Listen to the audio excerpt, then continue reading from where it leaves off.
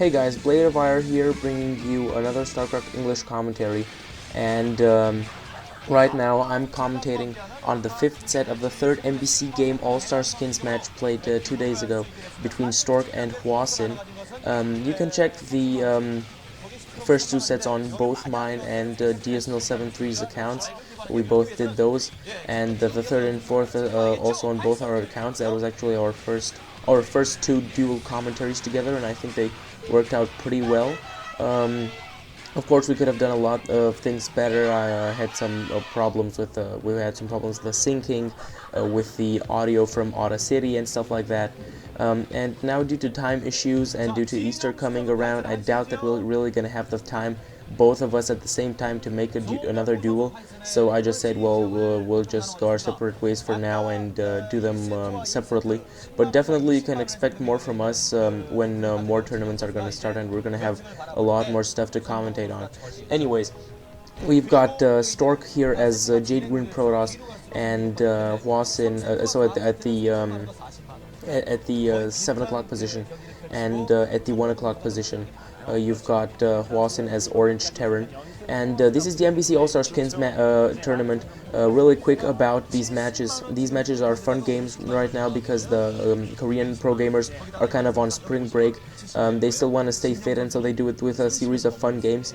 And the way this whole match works is that for each set, there are 7 sets. For each set you get a specific number of points. For the first set to the 6th set you get 100,000 all the way to 600,000, so always 100,000 more for every set. And the 7th is very crucial because it's worth 900,000, meaning that even if one player wins all the first 5 but one wins the last 2, you're gonna have a draw. So unless one player wins all the first 6 sets, which also here is not the case, I'm not gonna spoil it for you. No, probably I'm gonna spoil it for you, but anyways, unless one really does that, the match won't finish that early. And so right now we've got 700,000 to 300,000. HwaSin won the first 2 ones, meaning 100,000, 200,000. Stork the next 2, 300,000 and 400,000, meaning that Stork is in the lead right now as far as points are concerned, but equally as far as wins and losses are concerned. Barracks on the one hand for HwaSin, and the assimilator being put down, as well as the gate there for Stork. And let me just say a little bit about the stats of these 2 players. Stork is a really good PV tier. Of course, yeah, you all know what happened against Flash twice in these finals, but that doesn't mean anything because I guess pretty much any Protoss is weak against a master like Flash. So against Terran he's got a 58-35% ratio, 62.37% win, so well done from him.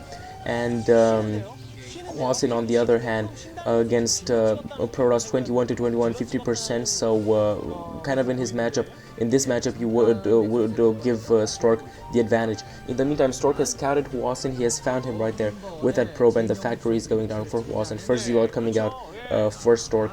And it's actually kind of lucky that he found his opponent early on, scouted actually clockwise, not counterclockwise as many of the players choose to do. Then again, clockwise or counterclockwise, I guess it's only a matter of luck. And also HwaSin probably from the direction of the probe where he saw it coming from, he knows where Stork should be, and also found his opponent early on. Dragoon range being upgraded at the time. Yeah, in this matchup Stork would be the better one. However, if you look at their records, all in all, they're pretty much equal. They have so against each other two wins each. And the last game played was won by Stork on Bakmagaji at the Global at the GOM TV Star Invitational.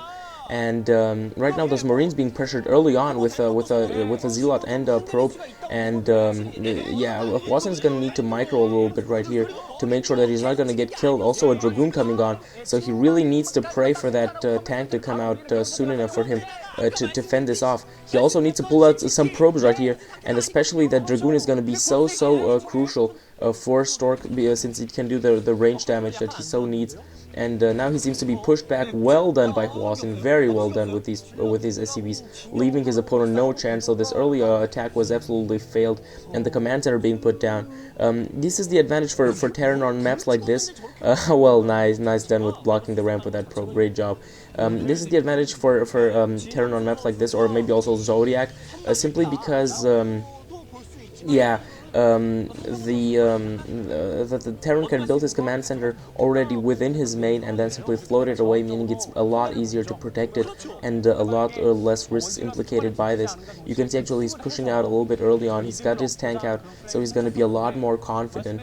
And in the meantime, Stork has also amassed some forces. He's actually putting down his expansion right now. He doesn't want to be far behind in economy. This is actually how he won the last 2 games, with his economy, with superior economy, superior economical strategy, and eventually he simply overran HwaSin as the game went on. HwaSin eventually ran out of minerals, and he simply had to call GG because yeah, there was nothing he could do about it. And he also didn't do a great job of picking all these expansions off that Stork had built. He might try to do this a little bit better right here on Python. And yeah, 2 gateways being placed by Stork. Python actually might favor Terran. If I'm looking right now at the stats of the map, it's got a 28 to 41% ratio for Terran, meaning 60% win rate for Terran, 40% for Protoss. So it does favor Terran, and we'll have to see how this is going to work out. These guys have played only once against each other on this map. I think there was sometime at the World Cyber Games Korea 2007, and in that game HwaSin actually beat Stork, so seen like that, HwaSin would have the advantage with that victory. Placing that barracks there to somehow block the entrance of these troops past there and to try to defend his tanks, and the tanks are being picked off away by the Dragoons. He's forced to bring in SCVs, so crucial, the SCVs. And the SCVs did a really great job by the SCVs, and really Stork has to really feel sorry with that attack. A great placement also of the barracks, simply in the way of the Dragoons, forcing them to have to avoid it. In the meantime, robotics facility being placed on one side, engineering bay on the other. He might be thinking of yeah, the third push, and also to make sure against kind of DT harass and maybe also drops, since he doesn't have comm sets yet. Yeah, but he just doesn't have to worry about that because it doesn't seem like Stork is going to go Templar tech. He's just going to go with the robotics facility, and he's actually expanding once more. So as in the last 2 games, he's going to try to ensure that he's going to have the economic advantage and to also eventually wear down the Terran opponent. So he's actually going right now for an expansion at the 11 o'clock position at the top left corner, and he really has to hope that this will not be scouted. So yeah, as said, Python rather favors Terran, and also with that one matchup, you would give HwaSin the advantage. In the first 2 sets, Stork really looked very weak. Somehow, like in the final against Flash, he simply kind of crumbled. It was good to see that he did win 2 sets and regain some confidence, and I hope he's going to be able to pull through this one, and that we're going to see him in the upcoming seasons as well. So right now the Terran push is coming, and I'm not sure if Stork really has enough to defend against this. He does have some Dragoons, but there's SCVs being brought in, Marines and Vultures to try to protect those tanks in the second row, and the tanks are going to siege and are starting to attack. Crucially, a shuttle right there, so we might see very well some Zealot bombs pretty soon. We also saw Stork do some Dragoon bombs, and it seems he's going to go for a Dragoon bomb once more. I don't know what's up with this. He's doing this, in my opinion, way too often. This kind of Dragoon bomb tactic. He does manage to pick off 2 tanks there, but there's mines. Mines have been laid, and that pylon went down. Also, crucially, SCVs there to repair all the units. Very useful. Observatory and also robotic support bay. So Reaver plus Dragoon combination on one side, and on the other the heavy Terran mechanical game.